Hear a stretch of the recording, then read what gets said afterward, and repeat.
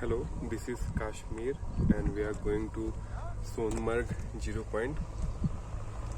This is the way to Zero Point and War Memorial and Leh, and this is the scenery.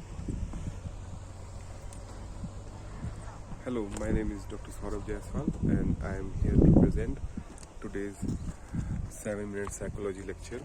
So today's topic is cluster C personality disorders. So what are cluster C personality disorders?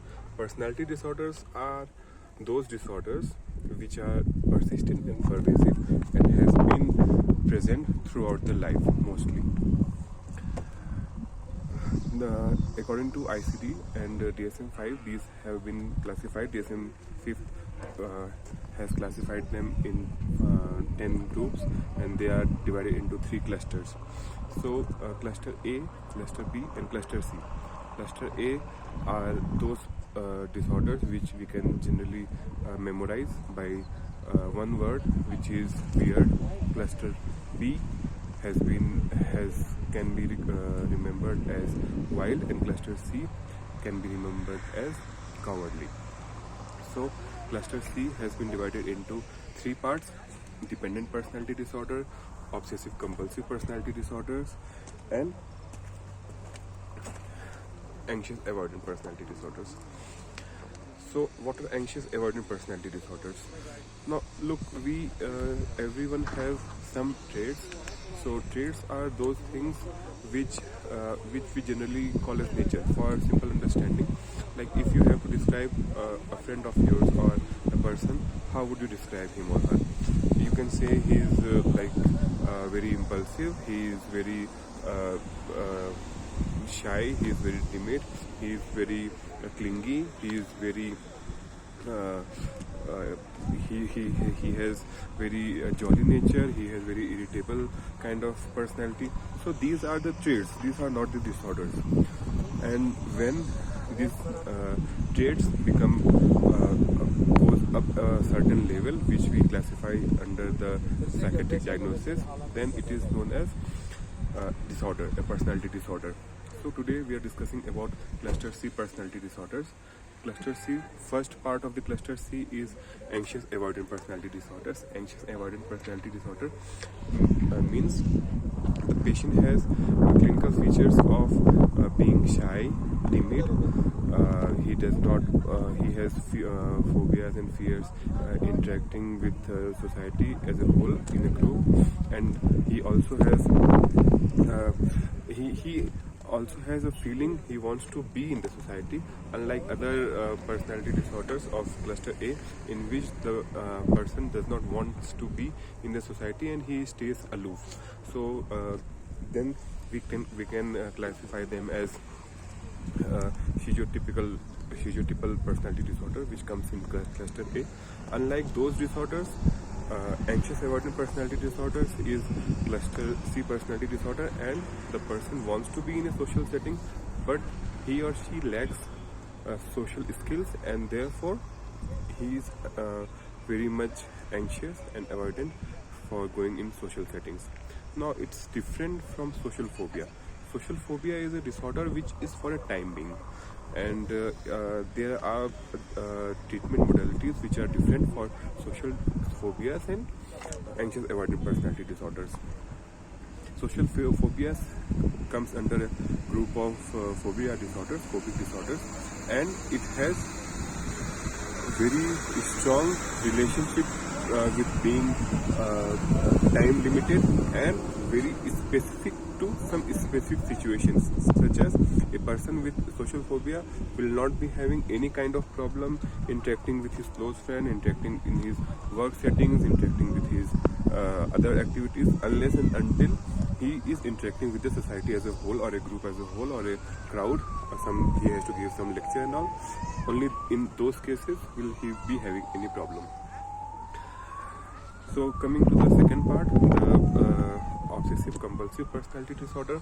Obsessive compulsive personality disorder or anancastic personality disorder are those personality disorders in which the patient is the clinical features shows that the patient is very rigid, very stubborn, and we generally find these people as very stubborn kind of people who does not want to change themselves, and they are very ritualistic, they are very punctual, they are very time bound, but ultimately they are also surprisingly very inefficient. Now, why are those people being very time bound, ritualistic, and follow all the rules and follow all the ethical values and everything? Why are they so inefficient in their life? Because they spend too much time in planning, and very less time in action part. So finally, ultimately, their work almost always they can start, but they cannot finish. So that's the problem they are having. They can start their work, but they cannot finish. So it becomes uncompleted work almost all the time. Like they can start reading a book, they can start their project, they can start a work. They want to do many things in their life, but due to their excessive planning, they generally cannot complete it.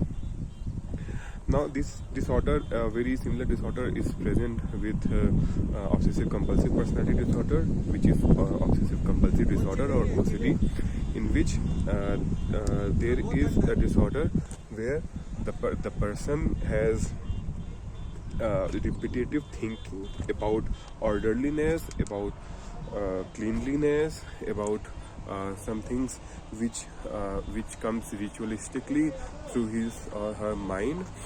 It can be blasphemous thoughts, it can be obsessive thoughts.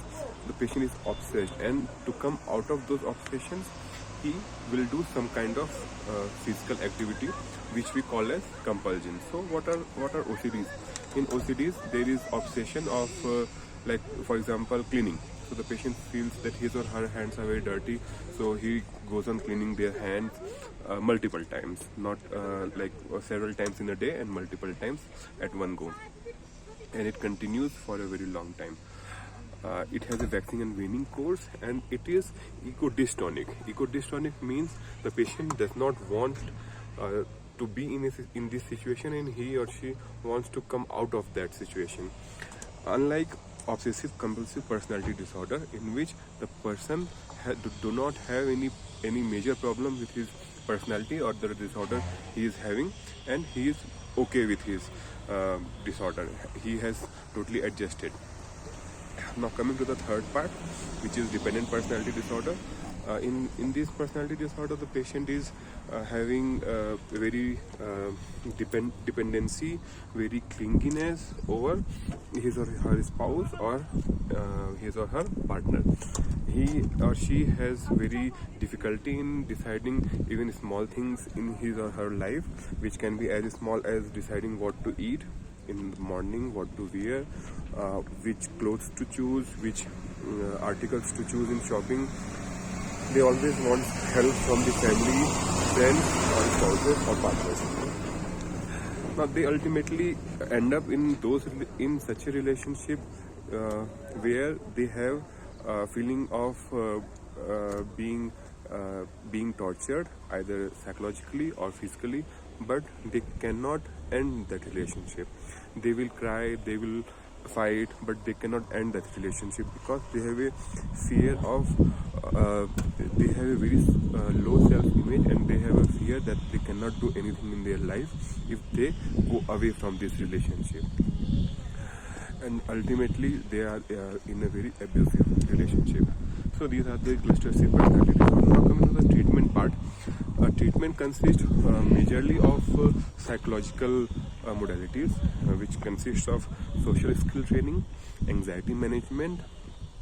The social skill training means we have to teach, we have to build up the social skills of the patient. We have to teach the social norms. It's a multi-phase treatment, so it requires time. Second is the anxiety management, looking what causes the anxiety, what brings the anxiety in the patient. We can focus and we can deal with it either pharmacologically or non-pharmacologically.